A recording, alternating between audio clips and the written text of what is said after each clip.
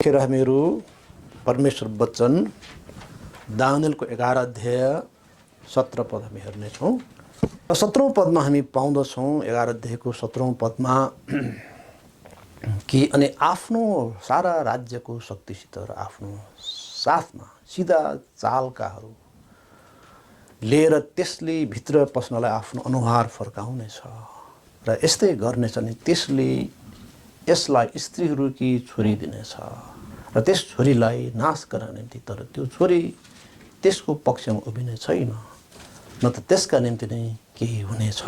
र यस प्रकार 17 पदले एउटा डिप्लोमेसीको एउटा तरिका भनौँ, तात्कालीन समयमा पनि चलिआएको डिप्लोमेसी अर्थात् राष्ट्र राष्ट्र बीचको सन्धि सम्झौता अथवा मेलमिलापका कायदाहरू भनौँ।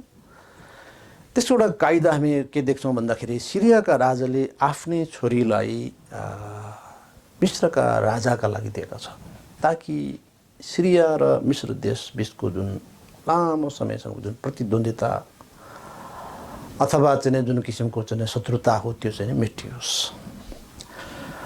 र को थिए त यिनै छोरी है, जसको बारेमा 17 पदले के पनि स्पष्ट पारेछन् भन्दाखेरि यी चाहिँ स्त्रीहरूकी छोरी भनेको छ। यसको अर्थ के हो त? किन यस राजकुमारीलाई स्त्रीहरूकी छोरी भन्यो त? किनकि यिनी चाहिँ सर्वाधिक सुन्दरी थिए, मोस्ट ब्युटिफुल थिए र इतिहासले स्पष्ट पारेको छ यिनी चाहिँ अरू कोही नभएर क्लियोपाट्रा थिइन्। क्लियोपाट्रा जो सिरियाका राजाका छोरी थिए र मिश्रका राजाका लागि दिइएको थियो। त किन त भन्दाखेरि मेलमिलाप होस् र मूलभूत रूपमा क्लियोपाट्राले सिरियाको पक्षमा काम गरौँ है, मिश्री राष्ट्रमा के कसो भइरहेछ त्यो जानकारी होस् माथितिर र कुनै पनि हानि नोक्सानी के हुन गएको छ मिश्रबाट भने त्यो कुराहरू थाहा होस्। मूलभूत रूपमा सिरियाली राज्य शक्तिको सामर्थ्यकै लागि चाहिँ स्त्रीहरूकी छोरी दिएको हो है। त स्त्रीहरूकी छोरी भनेको छ, यिनी सर्वाधिक सुन्दरी स्त्री थिए। तर हामी देख्छौँ कि इतिहास घटनाक्रममा चाहिँ क्लियोपाट्राले आफ्ना बुबाको राज्यलाई भन्दा पनि आफ्नै श्रीमानको राज्यलाई सहायता गरे र उनी मिश्र देशकै लागि उनी समर्पित भए र मिश्र देशकै लागि उनी अघि बढे। यो कुरा हामी देख्छौँ। हेर्नु 17औं पदमा यो खालको इतिहास देखियो। यतिखेरको परिस्थिति भन्ने हो भने मिश्र देश चाहिँ रोमको छत्रछाया पनि थिए र रोमको कारणले यो बलियो थियो। त्यसैले कुनै पनि युद्धहरू नहोस् भनेर है, सम्बन्ध राम्रो होस् भनेर सिरियाका राजाले आफ्नै छोरी क्लियोपाट्रा दिएकी थिए, जो चाहिँ स्त्रीहरूकी छोरी, परम सुन्दरी। यस कारणले उनलाई चाहिँ स्त्रीहरूको छोरी भनेको अत्यन्तै सुन्दरी भएको हुनाले तैपनि उत्तरी राज्यको यो योजना पनि खासै सफल हुन सकेन। यो डिप्लोमेटिक एउटा वे भनौँ न, विभिन्न खाले डिप्लोमेसीहरू हुन्छन् मानिसहरूको, हामी पढ्नेछौँ 18 पदमा लेखिएको छ। त्यसपछि त्यसले आफ्नो अनुहार टापुहरूतिर फर्काउनेछ र धेरैलाई कब्जा गर्नेछ, तर एउटा शासकले त्यसले गरेको निन्दा त्यसकै निम्ति अन्त गरिदिनेछ र त्यसको निन्दा त्यसैमाथि फर्काइदिनेछ। यस प्रकारले अलिकति यहाँ के बुझौँ भन्दाखेरिमा जब उत्तरी राज्यको जुन डिप्लोमेसी हो त्यो सफल भएन त उसले चाहिँ दक्षिणमा आक्रमण गरेको देखिन्छ होइन। आफ्नो राजकुमारी दिएर जुन डिप्लोमेसी प्रयोग गरे त्यो असफल भइसक्यो, आक्रमणै गरेको छ। तर इटालियन्स वा रोमन सहायताको कारणले मिश्र देशबाट ऊ भाग्न परेको अवस्था छ र यो भइसकेपछि उनको रिस चाहिँ अब के भयो त भन्दाखेरि अब इजिप्ट नसकेपछि उनले चाहिँ अन्य ठाउँहरूमा उसले चाहिँ आफ्नो हात बढाएको देखियो है। यसले गर्दाखेरि त्यो कुरा भने 18 पद त्यसपछि त्यसले आफ्नो अनुहार टापुहरूतिर फर्काउनेछ है, किनभने उसको जुन लक्ष्य हो मिश्र देशतिर त्यो पुरा भएको पाइएन, जुन कुरा 17 को अन्तिमतिर पाइएछ। त्यस छोरीलाई नाश गर्न निम्ति, तर त्यो छोरी त्यसको पक्षमा उभिनै छैन, न त त्यसको निम्ति नै केही हुनेछ। यसैले उत्तरी राज्यको जुन डिप्लोमेसी हो, जुन किसिमको उसको जुन एउटा तरिका हो, मेथड हो, द प्रक्रिया हो जुन उसले चलाए त्यो असफल भइसकेपछि उसले चाहिँ नै विभिन्न ठाउँहरूका है एसिया तथा ग्रिसका थुप्रै टापुहरूमाथि आक्रमण गरेको पाइन्छ है। यो चाहिँ मूलतः रोमीहरूको अधीनमा थिए। तर यो भएको स्थितिमा चाहिँ नै तर एउटा शासक जो रोमी थिए उनले आफू विरुद्ध भएका गतिविधिहरू विरुद्ध चाहिँ उसले चाहिँ बदला लिएका थिए। मेरो राज्य क्षेत्रहरूमा उत्तरी राज्यले चाहिँ नै आक्रमण गर्ने र उसलाई रिस उठेको छ र फलस्वरूप उसले आक्रमणहरू गरेका छन् र आफ्ना सम्पूर्ण ती टापुहरूबाट रोमले हटाएको छ, धपाएको छ। यसरी धेरैले कब्जा गर्नेछ भनेको छ 18 पद। तर एउटा शासकले त्यसले गरेको निन्दा त्यसकै निम्ति अन्त गरिदिनेछ र त्यसको निन्दा त्यसैमाथि फर्काइदिनेछ। यसरी उत्तरी राज्यलाई केही फाइदा हुने छैन र ती ग्रिस लगायतका एसियाका विभिन्न टापुहरूमा जुन किसिम आक्रमण उनले गरेर लिएका पनि थिए केही समय, तर त्यसबाट उनले भाग्नु पर्यो र यसको परिणाम चाहिँ नै समय बित्दै जाँदा राम्रो चाहिँ भएन। किन राम्रो भएन भने अब रोमले उत्तरी राज्यमाथि भारी करहरू लगाएको देखिन्छ। भारी करहरू लगाएपछि अब यसको चाहिँ नै परिणाम राम्रो चाहिँ हुन सकेन, राम्रो भएन। यसैले हामी पाउँछौँ 19औं पदमा। अब हामी जाउँ 19औं पदमा। तब त्यसले आफ्नो अनुहार आफ्नै देशका किल्लाहरूतिर फर्काउनेछ, तर त्यसले ठेस खानेछ, लड्नेछ र भेटाइने छैन है। यस प्रकारले 19 पदमा के कुरा लेखिएको छ भनेदेखि युद्ध क्षेत्रमा हार खाइसकेको जुन अवस्था हो, यस अवस्थामा उनी आफ्नै राजधानी सहर त्यतिखेर एन्टियोक थियो, सिरियाली राजधानीको चाहिँ मतलब सिरियाली राज्यको राजधानी एन्टियोक थियो र त्यसतर्फ उनी फर्के।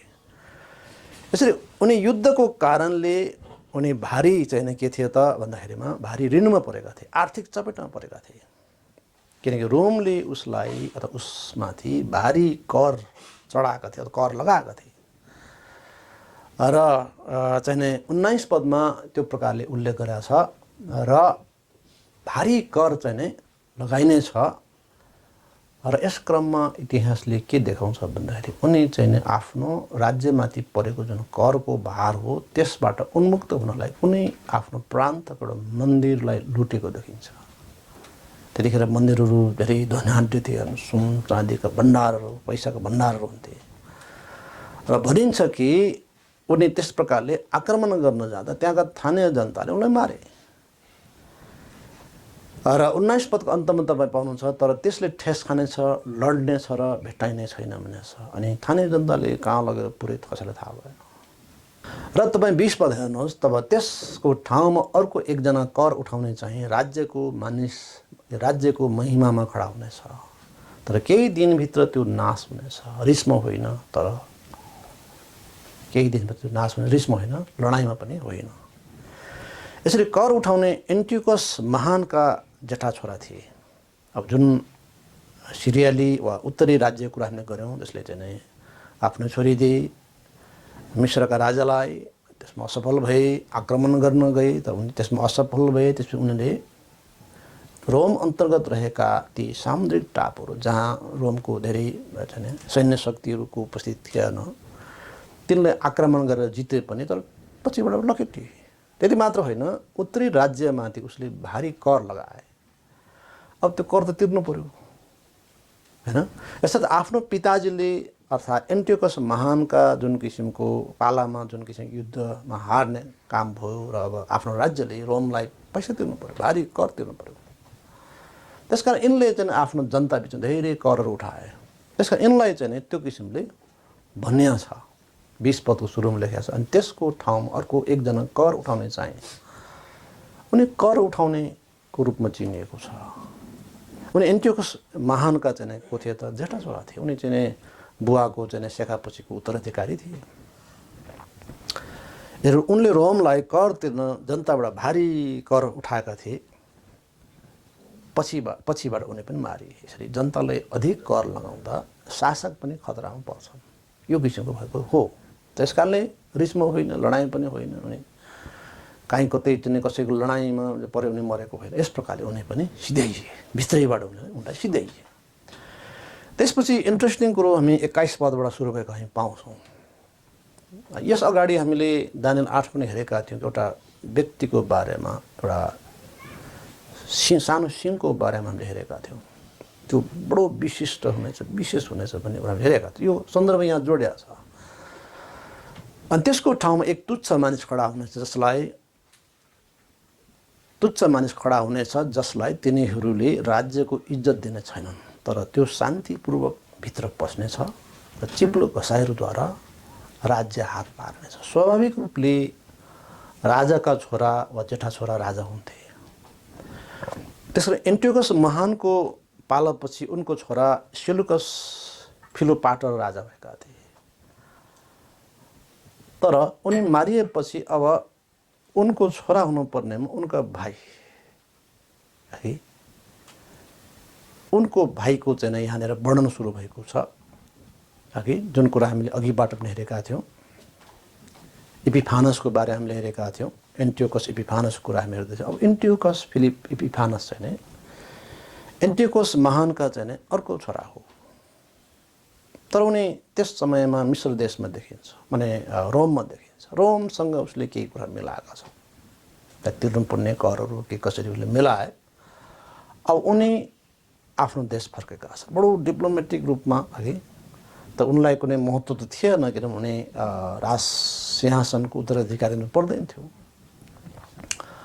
अलिकति त्यो कुरो उल्लेख गरेका छ। उनी तुच्छ मानिस भनेको छ र तिनीहरूले राज्यको इज्जत दिने छैनन् भनेको छ। उनलाई त्यो राज्याधिकार थिएन, तै पनि बडो मिलाएर यहाँ भनेको छ शान्तिपूर्वक भित्र बस्नेछ, चिप्लो घसाइहरूद्वारा राज्य हात पार्नेछ भनेको छ। यो किसिमको चाहिँ एउटा विशेष व्यक्ति थियो। दाजु सेलुकस फिलोपाटरको मृत्युपछि एन्टियोकस एपिफानस राजा भएका थिए, जसलाई तुच्छ मानिस भनिएको छ। किन तुच्छ? यिनी झडा थिए भनिन्छ, व्यभिचारी थिए भनिन्छ, भ्रष्ट थिए भनिन्छ। तर उनले आफ्नो युद्धद्वारा यतिसम्म गरे कि उनी शक्तिशाली राजा भए। कहिलेकाहीँ तुच्छ मानिसहरू बलियो शासक हुन सक्छ, बदमासी मान्छे पनि शासक हुन सक्छ। मार्ने र सिद्ध्याउने, सम्पत्ति लुट्ने र आफ्नोहरूलाई चाहिँ पैसा खन्याउने र त्यसपछि चाहिँ युद्धको लागि तयारी गर्ने र देशपछि देश जित्दै जाँदा मान्छेहरू कहिलेकाहीँ महान राजा पनि बन्न सक्छ। यो किसिम अवस्था भएको देखियो। र हामी दानियलको 8 अध्याय 9 पदमा हेर्नेछौँ एकैछिनलाई। र यो दानियलको 8 अध्यायको जुन सिंहको कुरा छ, यो त्यससँग जोडिया छ। हेर्नुहोस्, दानियल 8:9। अनि तीमध्ये एउटाबाट एउटा सानो सिंह निस्क्यो, जो दक्षिणतिर, पूर्वतिर र महिमित देशतिर बढेर अत्यन्तै महान भयो भनेको छ। यसरी दानियलले 8 अध्यायमा जुन दर्शन देखे, त्यो दर्शन बडो छक्क लाग्दो थियो र दानियलले बडो चाख मानेर हेरेका थिए कि उलै नदीमा जुन भेडा देखियो है, र त्यो भेडाका 2 सिङ थिए, एउटा अलि लामो एउटा छोटो थियो। बोका देखा पऱ्यो, त्यसको आँखाहरू बिचमा विशाल एउटा सिङ थियो। र पछिबाट त्यो सिङ के भयो त? नष्ट भयो। न्यायमा 8 पद भनेको छ, तब त्यसको ठुलो सिङ भाँचियो भनेको छ। त्यसको सट्टामा आकाशका 4 दिशातिर फर्केका 4वटा हेर्न लायकका सिङहरू निस्किए। अनि तीमध्ये एउटाबाट एउटा सानो सिङ निस्क्यो, जो दक्षिणतिर, पूर्वतिर, महिमित देशतिर बढेर अत्यन्तै महान भयो भनेको छ। अनि त्यसपछि पछिको विवरणमा उल्लेख गरिरहेको छ कसरी उसले चाहिँ ताराहरू झार्यो, त्यो यहुदीहरूको सेनालाई सिद्ध्यायो, यहुदी शक्तिलाई चकनाचुर पायो। यी सबै कुराहरू उल्लेख गरेको छ त्यहाँ। र यहाँनिर हामी त्यही व्यक्ति, हामीले त्योभन्दा अगाडि त्यतिखेर अध्ययन पनि भनेको थियौँ कि यो चाहिँ अरू कोही नभए एन्टियोकस एपिफानस थियो। यद्यपि यसले चाहिँ पछि आउने ख्रिस्ट विरोधीको पनि सङ्केत गर्छ। तर तत्कालीन समयको लागि ऐतिहासिक व्यक्ति पनि उनी नै थिए, जसले चाहिँ यी सबै गरे। त्यसकारणले गर्दाखेरि यिनी चाहिँ बडो चलाकी मानिस थिए र उनले ज्यादै चलाकीपूर्ण रूपमा राज्य सत्ता हात पारेका थिए। कसले? एन्टियोकस एपिफानसले। र यस प्रकारले हामी देख्छौँ कि जुन किसिमले अलेक्जेन्डर द ग्रेटले स्थापना गरेको विशाल ग्रिस साम्राज्य हो, त्यसको चाहिँ नै बिस्तारै बिस्तारै शक्ति नाश हुने गरिएको देखियो। तर एउटा सानो सिंहले चाहिँ नि उदम मचाएको देखियो। त्यही सिंहको कुरा हामी गर्दैछौँ। र 22 पदमा हेर्नुहोस् तपाईँले, 22 मा लेख्छ, अनि त्यसको सामुबाट तिनीहरू बाढ रूपी शक्तिहरूद्वारा बगाइनेछन्, टुक्रा टुक्रा पारिनेछन्, बाचाको प्रदान पनि। त यिनी यति बलिया हुनेछन् कि चतुर र बडो छट्टु पनि हुने नि, र उनले रोमलाई पनि बडो चाहिँ नि चलाकीपूर्ण रूपमा मिलाएका छन्, र उसको शक्ति चाहिँ नि एकदमै अघि बढिरहेको अवस्था छ। र उनले सबै शक्तिहरूलाई बढार्नेछन्, यहुदीहरूका प्रधानहरूलाई समेत उसले तह लगाउनेछन्। र 23 पद तपाईँ हेर्नुहोस्, अनि त्यससँग मेलको बाचा बाँधेपछि त्यसले छलको काम गर्नेछ, किनकि त्यो माथि आउनेछ र थोरै मानिसले त्यो शक्तिशाली बन्नेछ। र यहुदीहरूसँग उसले बाचा बाँध्नेछ। अब तपाईँहरूले आफ्नो काम गर्नुहोस्, मन्दिरको सबै विधि विधान अघि बढाउनुहोस् है, र तपाईँहरूको जुन सबै सिस्टम हो, पुजारीहरूको जुन कार्यहरू हो, परमेश्वर उपासना गर्ने जति पनि विधिहरू छन्, यी सबैलाई अघि बढाउनुहोस्। त त्यसपछि उसले आफ्नो उद्देश्यको लागि छलपूर्वक काम गर्न थालेको हामी देख्छौँ। र 24औं पदमा लेख्नु, शान्तिपूर्वक त्यो प्रान्तका मोटा चिल्ला ठाउँहरूमा पनि प्रवेश गर्नेछ। अनि जुन काम न त्यसका पुर्खाहरूले न त्यसका बाबुहरूका बाबुहरूले गरे त्यो त्यसले गर्नेछ। त्यसले तिनीहरूको बीचमा डाँका मारेको माल, लुटको माल र धन सम्पत्ति छरिदिनेछ। अनि केही समयसम्म त्यसले किल्लाहरूको विरोधमा युक्तिहरू रच्नेछ। यस प्रकारले यद्यपि उसकोमा त्यो राज्याधिकारको त्यो किसिमको चाहिँ नि त्यो उत्तराधिकारी त्यो थिएन, उत्तराधिकारीपन थिएन, त बडो चलाकीपूर्ण रूपले उनले आफ्नो दाजुको मृत्यु पछाडि सिरियाली राज्य सत्ताभित्र प्रवेश गर्दै उनी कसरी राजा भए, र त्यसपछि कसरी उसले चाहिँ नि विभिन्न ठाउँहरूमा आक्रमण गर्दै र धन सम्पत्तिहरू जम्मा गरे। र उनले जम्मा गरेका ती धन सम्पत्तिहरू चाहिँ उसले आफ्ना मानिसहरू, मित्रहरू र सेनालाई बाँडेका छन्, र उसले सैन्य शक्ति बलियो पारेको छ। र 25 र 26 पद हेर्नुहोस्, अनि एउटा ठुलो सेना लिएर त्यसले दक्षिणको राजाको विरोधमा आफ्नो बल र आफ्नो हिम्मत उभार्नेछ। अनि एउटा अत्यन्तै ठुलो र शक्तिशाली सेना लिएर दक्षिणको राजा लडाइँ गर्नको निम्ति मच्चेर उठ्नेछ। तर त्यो टिक्ने छैन, किनकि तिनीहरूले त्यसको विरोधमा युक्तिहरू रच्नेछन्। 26 पद, यसको स्वादिष्ट भोजन खानेहरूले नै यसलाई नाश पार्नेछन्, र यसको सेना उर्लेर आउनेछ, अनि धेरै मारिएकाहरू ढल्नेछन्। यस प्रकारले हामी देख्छौँ 25-26 पदहरूमा कि एन्टियोकस एपिफानसले ठुलो फौजका साथ मिश्रमाथि हमला गर्नेछ,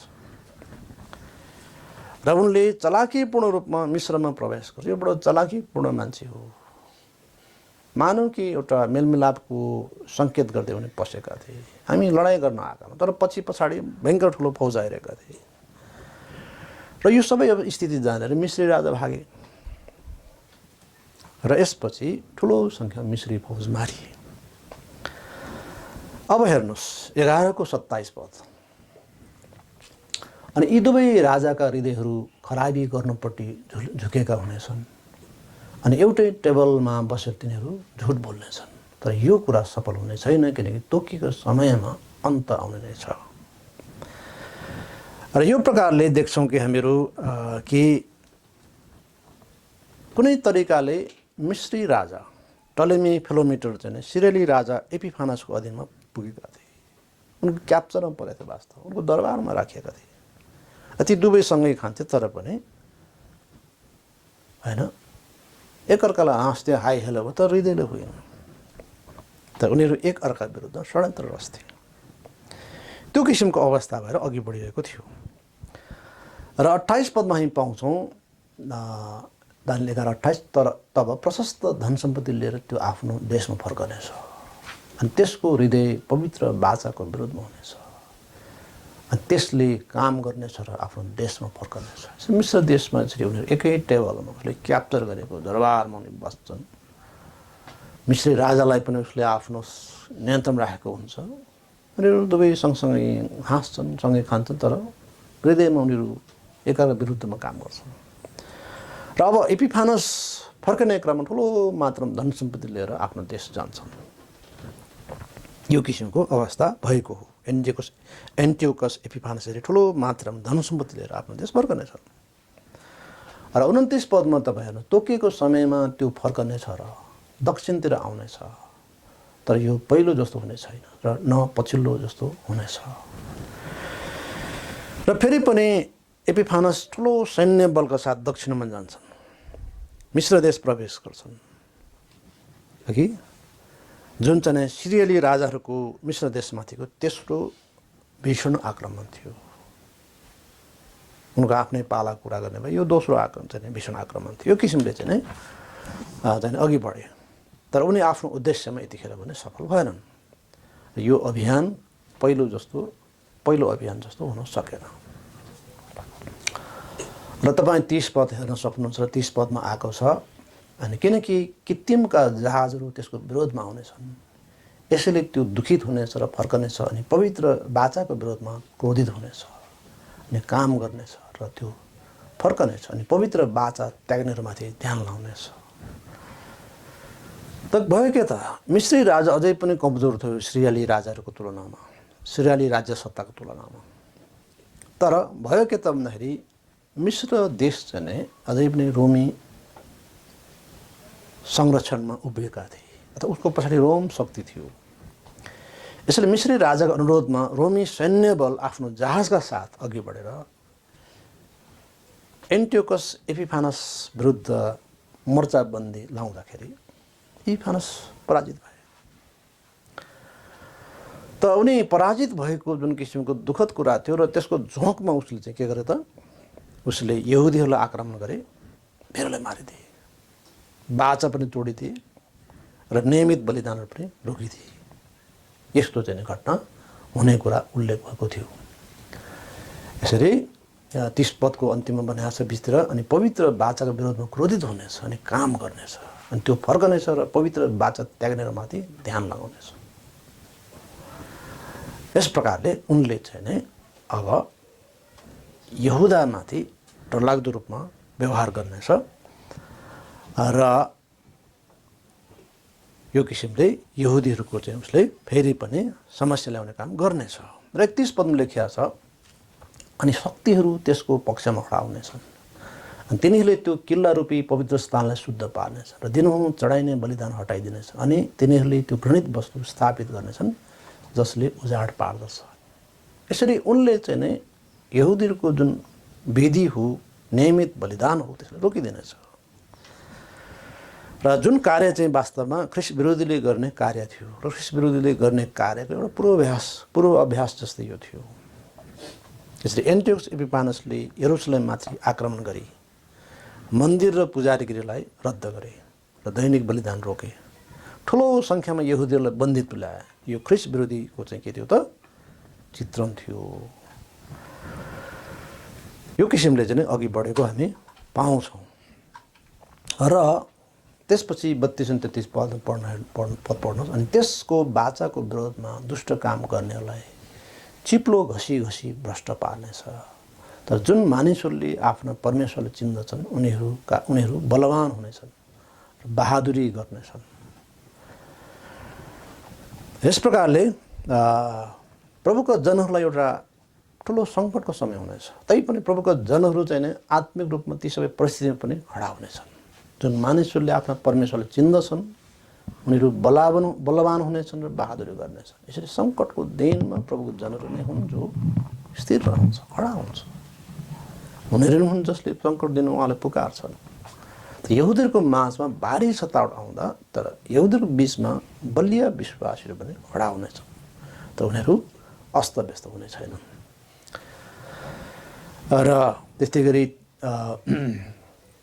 33 पदमा, तर अनि मानिसहरूको बिचमा जो समझदार छन् उनीहरूले धेरैलाई शिक्षा दिनेछन्। तैपनि ती धेरै दिनसम्म उनीहरू तरबार र आगोको ज्वालाद्वारा, कैद र लुटाइद्वारा लोट्नेछन्। यो जटिल परिस्थितिमा बलिया विश्वासीहरू पनि खडा हुनेछन्। ती दिनहरूमा पनि बुद्धिमानहरूले धेरैलाई शिक्षा दिनेछन्, पवित्र शास्त्रबाट सिकाउनेछन्। अहिले हाम्रो देशको परिस्थिति हेर्नुहोस्, सारा विश्वको परिस्थिति हेर्नुहोस्, जटिल परिस्थिति छ। तैपनि प्रभु जनले सिकाउने काम छोडेको छैन। त्यसैले एन्टियोकसको हातद्वारा ती दिनमा धेरैजना मारिने कुरा छ। भारी सतावट चाहिँ विश्वासीहरूले भोग्ने कुरा उल्लेख गरेका छ। र 34 पदमा लेखिएको छ, अनि जब उनीहरू ठेस खाएर लोट्नेछन् तब सानो सहायताद्वारा उनीहरूले सहायता पाउनेछन्, तर धेरै चाहिँ चिप्लो घसी उनीहरूसँग टाँसिनेछन्। यसरी धेरैजना प्रभुको जनहरू लोटेको अवस्था हुनेछ। तै पनि ठुलो मात्रामा हैन, विशेष गरेर कतिपय यहुदीहरू भने तिनै विरोधीहरूसँग मिलेर आफ्नो ज्यान बचाउन लागि उनीहरू खडा हुनेछन्। यसरी ती सङ्कट दिनहरूमा धेरै यहुदीहरू शत्रुसँग मिल्नेछन्। र 35 पदमा लेखिया छ, अनि समझदारहरूमध्ये कतिजना लोट्नेछन्, अन्तको समयसम्म उनीहरूलाई जाँच्न, शुद्ध पार्न र सेता बनाउनलाई, किनभने यो दर्शन अझै तोकिएको समयको निम्ति हो। त किन प्रभुको जनहरूलाई यस्तो सतावट त भन्दा उनीहरूको शुद्धिकरणको लागि हो। आज हामीलाई किन यो परिस्थिति भन्दा प्रभुले हामीहरूलाई शुद्धिकरण गर्न चाहनुहुन्छ, हामीलाई अझै आत्मिक रूपमा बलियो बनाउन चाहनुहुन्छ। यसरी भारी सतावट आउने है, केहीले ठेस खाने पनि कुरा उल्लेख छ, तर बाँकीहरू शहीद हुने कुरा उल्लेख गरेको छ। पवित्र जनहरू शुद्ध पारियोन् भनेर नै सतावटहरू आउँछन्, र ती सिद्ध भएकाहरू ताराहरू चाहिँ के हुनेछन् त चम्कनेछन्। तपाईँले दानियल 12 को 3 पाउनुहुन्छ, तर जो समझदार छन् उनीहरू आकाश मण्डलको चमक जस्तै चम्कनेछन्, जसले धेरैलाई धार्मिकतालाई फर्काउँछन् उनीहरू ताराहरू चाहिँ सदा सर्वदा चम्कनेछन्।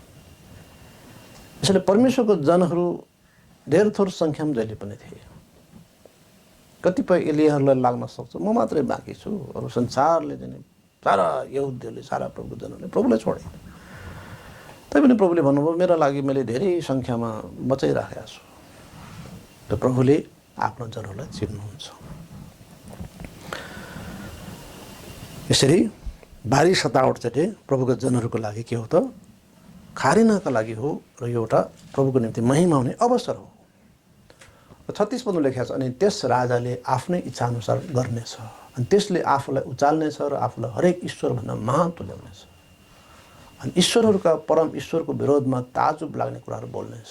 क्रोध पुरा नहुन्जेल त्यो सफल हुनेछ, किनकि त्यो जो तोकिएको छ त्यो पुरा हुने नै छ। यसले चाहिँ नै ख्रिस्ट विरोधीको चित्र प्रस्तुत गर्छ।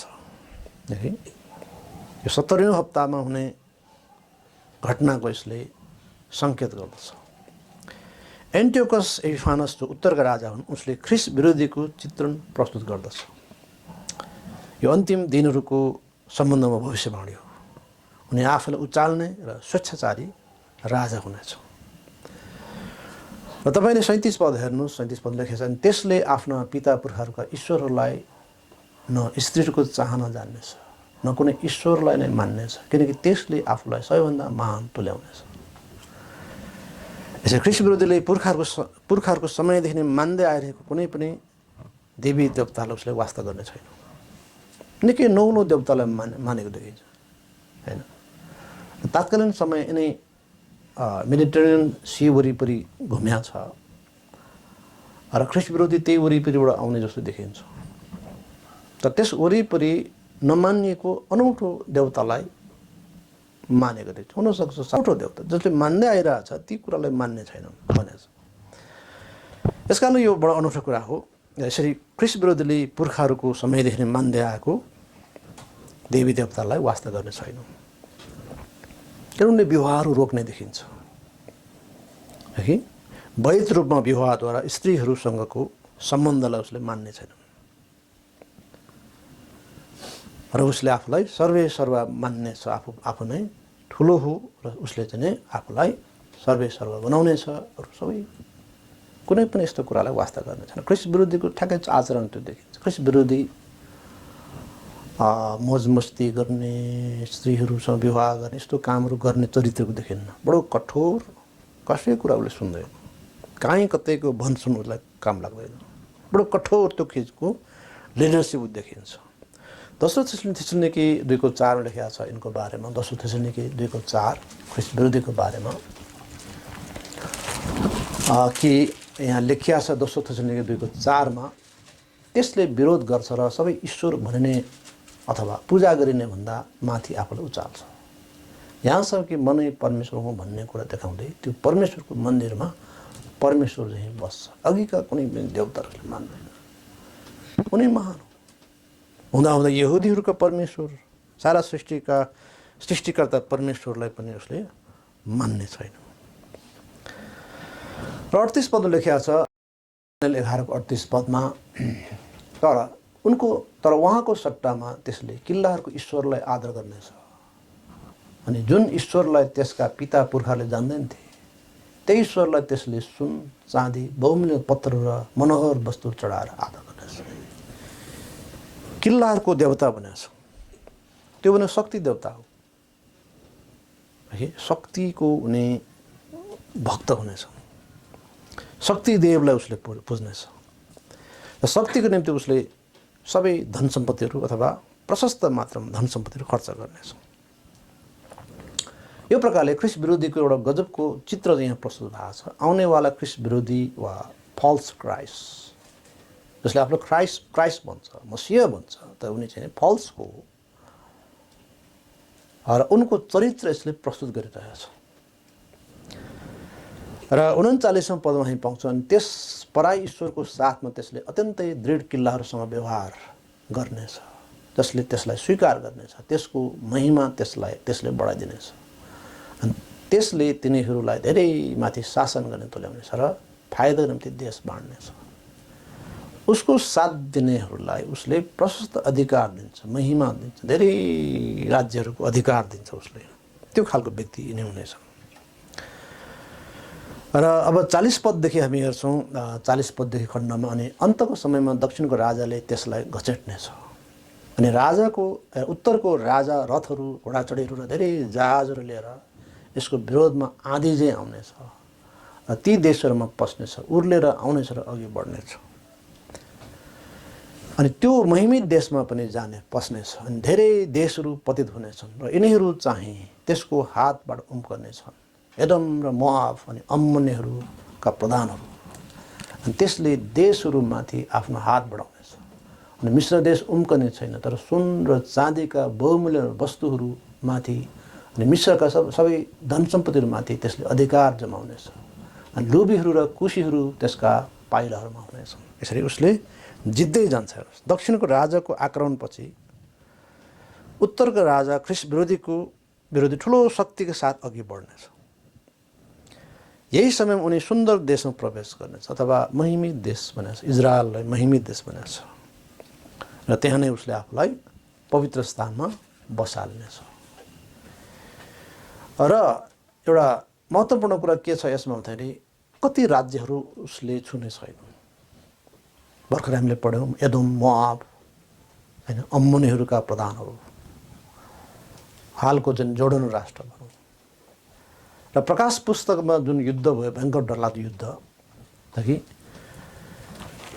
अर्थात् चाहिँ एक स्त्रीले एउटा छोरा जन्माए र त्यो छोरामा चाहिँ अचम्मको सामर्थ्य थियो, हैन, राजदण्ड थियो, उनले फलामद्वारा राज्य गर्थे र त्यसपछि त्यो बालकको सम्बन्धमा जुन कुरा उल्लेख गरिरहेको छ त्यो स्त्री र बालकको विषयमा यो चाहिँ नै यो बडो इन्ट्रेस्टिङ छ, हैन, चाखलाग्दो जस्तो कि 12 अध्यायको 6 पदमा अनि त्यो स्त्री उजाड स्थानभित्र भागी, बालकलाई जन्माएपछि उजाड स्थानभित्र भागी जहाँ तिनीहरूले उसलाई 1260 दिनसम्म पालन पोषण गरून् भनेर त्यहाँ परमेश्वरद्वारा तयार पारेको एउटा ठाउँ रहेछ।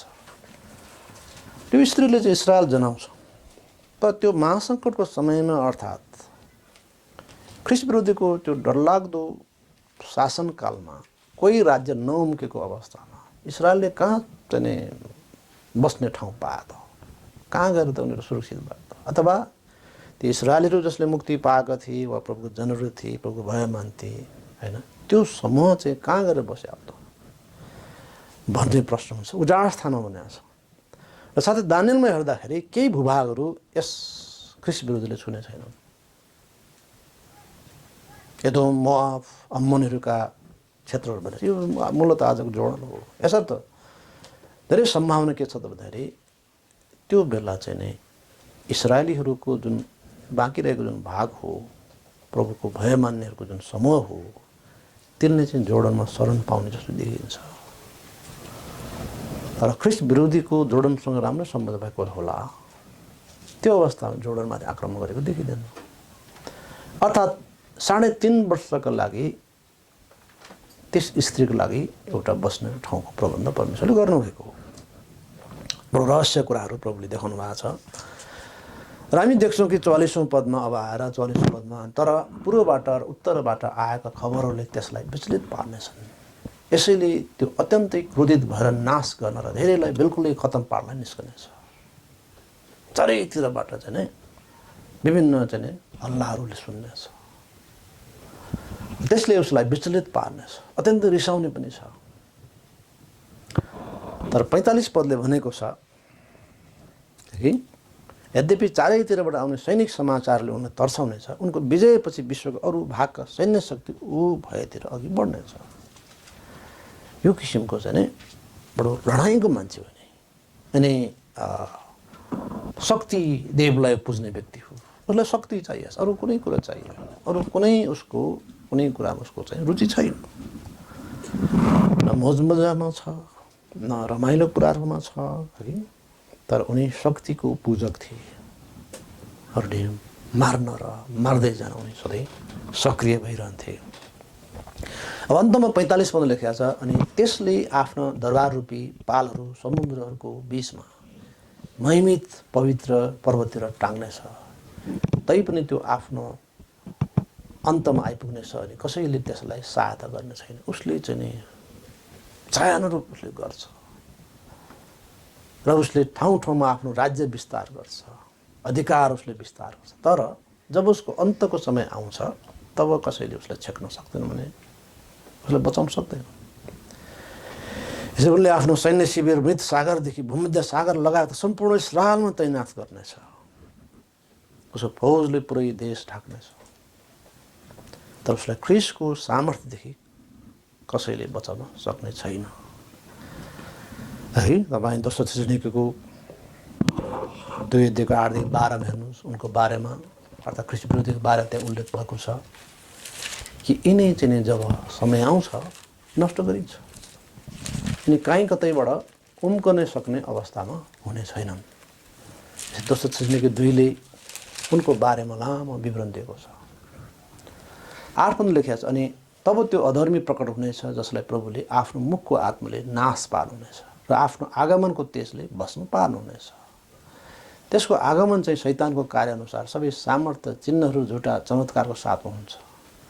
नष्ट हुनेहरूको मध्यमा अधर्मका सबै प्रकारका धोकाबाजीका साथमा हुन्छ, किनभने मुक्ति पाउन निम्ति तिनीहरूले सत्यको प्रेम ग्रहण गरेनन्। अनि यही कारणले गर्दा तिनीहरूले झुटलाई विश्वास गरून् भनेर परमेश्वर तिनीहरूलाई ठुलो भरमाउन शक्ति पठाउनुहुनेछ। सत्यलाई विश्वास नगर्नेहरू तर अधर्ममा खुसी मान्नेहरू सबैले दण्ड पाउनु भनेर। यसकारणले ख्रिस्ट विरुद्धको अन्त निश्चित छ। र अब यी सबै परिस्थितिबाट अब प्रभुको जनले सिक्ने के हो त? हामी सबै अवस्थामा परमेश्वरको भविष्यवाणी बुझ्ने हो, के पछि के हुँदैछ त्यो बुझ्ने हो, समय पछि कसरी जाँदैछ त्यो बुझ्ने हो, त्यसमा सचेत हुने हो है।